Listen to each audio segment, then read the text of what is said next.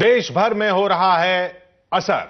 8 जुलाई के एपिसोड में मैला ढोने की जो कुप्रथा है उसके खिलाफ आवाज उठाई गई थी। सत्यमेव जयते में आमिर हमारे साथ हैं और खुद प्रधानमंत्री से आपकी मुलाकात हुई है। महाराष्ट्र में ऐलान हुआ है, तो पहले महाराष्ट्र का ऐलान देख लें। जी। महाराष्ट्र में ऐलान किया गया है इस प्रथा पर पाबंदी लगाई जाएगी।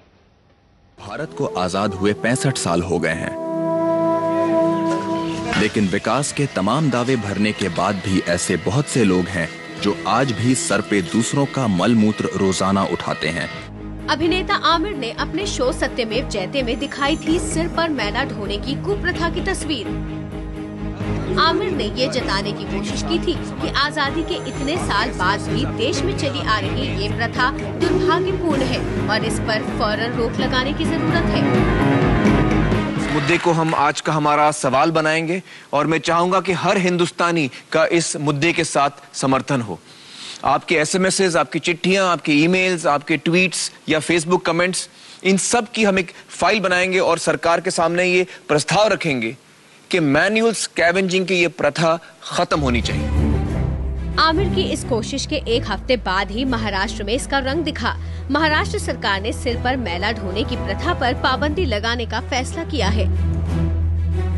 17 जुलाई को खुद मुख्यमंत्री पृथ्वीराज चव्हाण ने विधानसभा में इसका ऐलान किया। गवर्नमेंट के इसमें कुछ होता नहीं है, लेकिन बाकी जगह पर कुछ होता है, ये भी बहुत गलत है। इसको निपटाने के लिए अभी जो 1993 का जो कानून है उसमें ऐसी कोई ठोस ऐसी कोई कदम नहीं उठाए हुए। अभी गवर्नमेंट ऑफ इंडिया भी एक कानून ला रही है, तो उसमें भी एक कंपलसरी ऐसा हो जाएगा वहाँ, और उसमें सख्त उसको दंड नहीं, उसको सज़ा भी होनी चाहिए। ऐसे जो प्रावधान आ रहा है उसके अमलवारी इस महाराष्ट्र में बड़े कठोरता से की जाएंगे, ऐसा मुझे लगता है। महाराष्ट्र सरकार ने तो अपनी ओर से इस पर रोक लगाने का ऐलान कर दिया है। अब ऐसा ही कदम उठाने की जरूरत बाकी राज्यों में भी है और इंतजार उस दिन का है जब ना तो कोई ऐसा काम करने के लिए मजबूर होगा और ना ही कोई मजबूर करेगा। और प्रधानमंत्री और मुकुल वासनिक साहब से भी आप मिले। जी। प्रधानमंत्री से जो मुलाकात हुई, पहले वो देख लें, फिर आप बात कर लेते हैं आपसे कि प्रधानमंत्री ने क्या कहा आपसे। जी। प्रधानमंत्री ने मुलाकात की आमिर खान से इसी मुद्दे पर।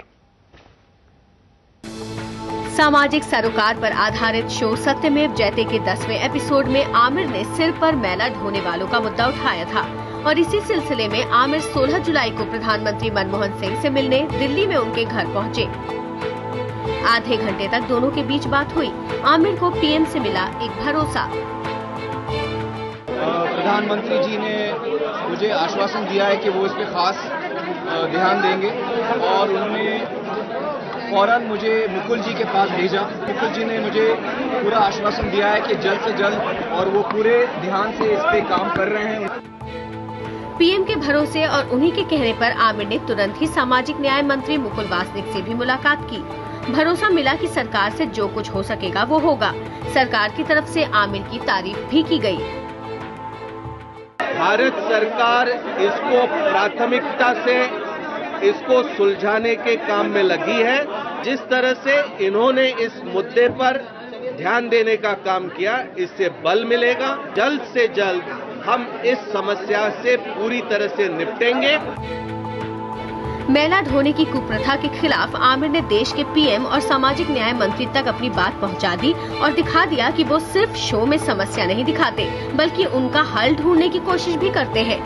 विकास के तमाम दावे भरने के बाद भी ऐसे बहुत से लोग हैं जो आज भी सर पे दूसरों का मल मूत्र रोजाना उठाते हैं। इस मुद्दे को हम आज का हमारा सवाल बनाएंगे और मैं चाहूंगा कि हर हिंदुस्तानी का इस मुद्दे के साथ समर्थन हो। खबर ये भी है कि सरकार संसद के मानसून सत्र में इस प्रथा के विरोध में एक बिल लाने जा रही है। हालांकि सरकार के पास अभी तक सिर पर मैला ढोने वालों का ठीक आंकड़ा भी नहीं है। ऐसे में उनकी जिंदगी में सुधार के लिए सरकार को अभी लंबा रास्ता तय करना पड़ेगा और शायद आमिर उसी की राह दिखाने सरकार के पास पहुंचे थे। अफसोस कि ऐसा आंकड़ा ही नहीं है कि कितने लोग हैं। जी, दरअसल मुझे मंत्री जी ने ये भी बताया कि ऐसे जो टॉयलेट्स हैं जहां पर हाथ से साफ करने की जरूरत पड़ती है और मैला उठाने की जरूरत पड़ती है, उसका आंकड़ा है करीबन 25 लाख हैं ऐसे देश भर में। तो यकीनन आप सोच सकते हैं कि कितने लोग वहां काम भी कर रहे होंगे, तो उससे हमको अंदाजा मिल सकता है। प्रधानमंत्री जी ने मुझसे बड़े अच्छे से मिले और उन्होंने उनको पूरी मालूमात ऑलरेडी है, इसके बारे में जानकारी पूरी तरह से है और वो खुद इसमें बड़े चिंतित हैं। मुझे लगता है कि वो जिस जज्बात से वो मुझसे बात कर रहे थे तो मुझे पूरी तरह नज़र आ रहा था कि ये एक समस्या है जो उनके दिल के भी बहुत करीब है और यकीनन वो इसमें बदलाव लाना चाहते हैं। उन्होंने मुझे बताया कि एक तकलीफ जो उनके सामने ये है कि राज्य सरकार जो है, अलग अलग राज्य सरकारें ये मानने को तैयार ही नहीं है कि हमारे राज्य में ऐसा होता है। तो वो जब आंकड़े उनसे पूछते हैं और वो राज्य सरकारें कहती हैं कि हमारे राज्य में तो कोई नहीं है। ये मंत्री जी ने भी मुझे समझाया, जो पैसा केंद्र सरकार ने राज्य सरकारों को दिया है कि वो इसका इस्तेमाल करें रिहैबिलिटेशन के लिए, उसका राज्य सरकारें इस्तेमाल नहीं कर रही हैं। तो ये एक दिक्कत है उनके सामने। तो वो कोशिश कर रहे हैं और इस मुद्दे पे नया कानून भी ला रहे हैं। महाराष्ट्र में तो कदम उठाया गया और अब हमने सुना है इसके बारे में और मेरा ये मानना है कि हमें इससे उसको हम अगर ये प्रिटेंड करें कि ये है नहीं या हम अपनी नजरें छुपा लें इस मुद्दे से, इसका मतलब ये नहीं कि ये मुद्दा खत्म हो जाएगा। तो मेरी विनती है हाथ जोड़ के कि सारे जो लोग हैं इसमें हल ला सकते हैं, जो राज्य सरकारें हैं हमारे देश की, वो इससे नजरें ना छुपाएं बल्कि असलियत का सामना अगर हम करें। क्या तो हकीकत का सामना हम नहीं कर रहे हैं? विल्सन साहब हमारे साथ जुड़े हुए हैं। कहीं ना कहीं हम नहीं कर रहे हैं क्योंकि देखिए आंकड़ों में हम उनकी गिनती नहीं कर रहे हैं। ऐसा कैसे हो सकता है कि हम आंकड़ों में उनकी गिनती नहीं कर रहे हैं लेकिन ऐसे शौचालय बहुत हैं, बाथरूम्स बहुत हैं देश भर में जहां पर हाथ से ही साफ करना पड़ता है। तो अगर ऐसे बाथरूम्स इतने लाखों में हैं तो ऐसे कैसे हो सकता है कि ये लोग नहीं हैं जो साफ कर रहे हैं?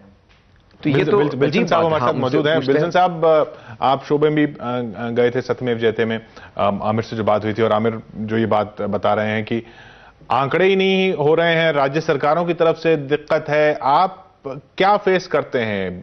प्रॉब्लम कहां है? सर, सबसे पहले एक सफाई कर्मचारी देश के अंदर कितने लोग हैं पहचान करना पड़ेगा, वो तो नहीं हो रहा है। 1 साल के पहले सरकार बताया था वो 3 महीने के अंदर सारे देश के अंदर कितने सफाई कर्मचारी पहचान करेंगे, बट वो तो पोस्टपोन हो रहा है। इसी वजह से वो अभी पुनर्वास का हो, वो मैनुअल्स के एरेडिकेशन के हो, बहुत मुश्किल चल रहा है। सबसे पहले हम लोग कितने लोग हैं पहचान करना पड़ेगा। और वो बिल्कुल सही, और वही गिनती नहीं हो रही है। तो लेकिन जो मेरी मुलाकात हुई प्रधानमंत्री जी से और मुकुल जी से, मुझे दोनों में ये बात लगी कि दोनों बहुत ही सीरियस हैं इस मुद्दे को लेके, ये एक अहम मुद्दा मानते हैं और पूरी संजीदगी के साथ वो इस मुद्दे के साथ जूझ रहे हैं और मुझे पूरा भरोसा हुआ कि वो अपनी तरफ से पूरी कोशिश करेंगे। लेकिन वो ये भी कह रहे हैं कि राज्य सरकारों की तरफ मुश्किलें हैं, लेकिन वो हार नहीं मान रहे हैं। वो अपने लेवल पे पूरी ताकत लगा रहे हैं और उनको लगा कि इस तरह से पब्लिक अवेयरनेस करने से इसमें उनको भी एक ताकत मिलती है, उनको मदद मिलती है ये चीज को और आगे ले जाने में।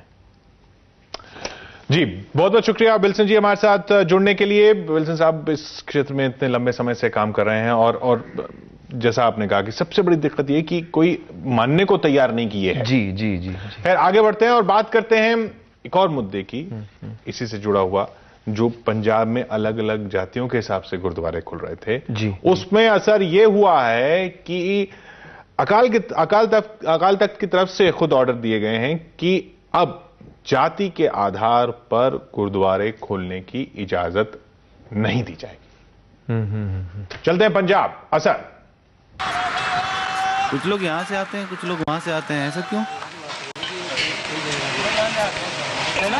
यहाँ जो है ना मजहबी सिखा सकते हैं, और वो जो है ना उधर, वो जट जमींदारों के लिए है। यहाँ गांव में किसी ने कोशिश की है कि वो जो जट सिखों वाला दरवाजा है वहाँ से प्रसाद ले? हाँ, बड़ी बार एक आदमी का कपार फोड़ दिया था। वो लोहे का इतना बड़ा होता है बर्तन, उसने मार के इसका कपार फोड़ दिया। आमिर ने सत्यमेव जयते में धार्मिक स्थलों में भेदभाव की बात कही थी। आमिर ने दिखाया था कि जाति के आधार पर गुरुद्वारे भी बने हुए हैं। जैसे गुरु की बाणी कहती है कि अवल अल्लाह नूर पाया कुदरत के सब बंदे, एक नूर से सब जग उपजा कौन भले को मंदे। जात होने के कारण ही ये जो गुरुद्वारे अलग अलग बने हुए हैं। हमारे गांव में तो 2 है, कहीं कहीं 3-3, 4-4 गुरुद्वारे हैं। जितनी जाति है उतने गुरुद्वारे हैं। अब आमिर के शो का असर पंजाब में भी दिखा है। अकाल तख्त की तरफ से पहले ही आदेश है कि जाति के आधार पर कोई भी गुरुद्वारा न बनाया जाए और अब उन्होंने आदेश दिया है कि गुरुद्वारा बनने से पहले अकाल तख्त से अनुमति लेनी होगी। फैसला लिया गया है जिस तरह पहलों श्री अकाल तख्त साहब वालों आदेश किया गया है कि जे किसी ने गुरुद्वारा साहब बनाना नवा वो पहलों श्री अकाल तख्त साहब तो प्रवानगी लवे। जिस अस्थान ते गुरुद्वारा साहब की उसारी की जानी है वो अस्थान श्री गुरु ग्रंथ साहब के नाम जगह होनी चाहिए। अकाल तख्त की तरफ से ये भी आदेश दिया गया है कि किसी भी गांव में एक ही गुरुद्वारा होगा। पहलों जगह श्री गुरु ग्रंथ साहब के नाम ते करवाई जाए, फिर उस जगह के उत्ते गुरुद्वारा साहब बनाया जाए ताकि कोई ऐसी घटना ना वापरे जिस करके सिखां दे हिरदियां नूं ठेस पहुंचे। ये सब सामाजिक समस्याएं हैं जिनका खुद समाज को ही जवाब तलाश। जी। देखिए, जातिवाद तो यकीनन एक ऐसी चीज है जो हमारे अंदर बहुत सदियों से है, हजारों सालों से है और इसको हमें अपना मन साफ करना है, धोना है। इसको यकीनन इसको हमें हमारे दिलों से निकालना है। ये भावना कि मैं आपसे बड़ा हूं या छोटा हूं, ये भावना हमें निकालनी चाहिए। हमारा संविधान हमें सिखाता है, जो हमारे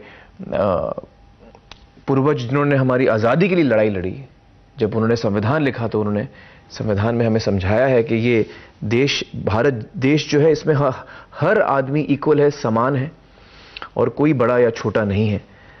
तो इसी बेसिस पर हमें आगे बढ़ना है। ये 11 एपिसोड्स का जो सफर रहा आमिर, इसमें मुद्दे हर बार हम आपसे पूछते रहे कि क्या उठाने वाले, लेकिन अब साफ है कि ये मुद्दे वही थे जिनमें हमको आईना देखने की जरूरत है। देखिए, हम सबको सोचना है किशोर जी कि हम किस किस्म के देश में रहना चाहते हैं, किस किस्म का भारत, हमारे सपने का किस किस्म का भारत है। क्या हम अपने बीच में भाईचारा चाहते हैं, खुशहाली चाहते हैं? अगर हम चाहते हैं तो हमें हमारे अंदर झांकना है। हम इस शो के जरिए क्या करना चाहते हैं? हम ये चाहते हैं कि हम हर मुद्दे पर रोशनी डालें ताकि हर इंसान खुद सोचे कि वो अपनी जिंदगी में कैसे चीजों को बेहतर बना सकता है, खुद के परिवार में, खुद के नजदीकी जीवन में। कोई लीडर आके नहीं बताएगा, कोई लीडर मुझे नहीं आके बताएगा। मुझे सोचना है यार, मुझे अगर मेरे घर में बच्ची पैदा होती है तो क्या मुझे उस बच्ची को उतनी ही अहमियत देनी है जितने को मैं एक लड़के को दूं? लड़की को उतनी अहमियत देनी चाहिए जितने लड़के को मिले। ये मैं कर सकता हूं या नहीं कर सकता हूं, ये मुझे करना चाहिए या नहीं करना चाहिए, ये मुझे खुद सोचना है। तो ये सारे मुद्दे जो हैं, इनके हल हमारे हाथ में है।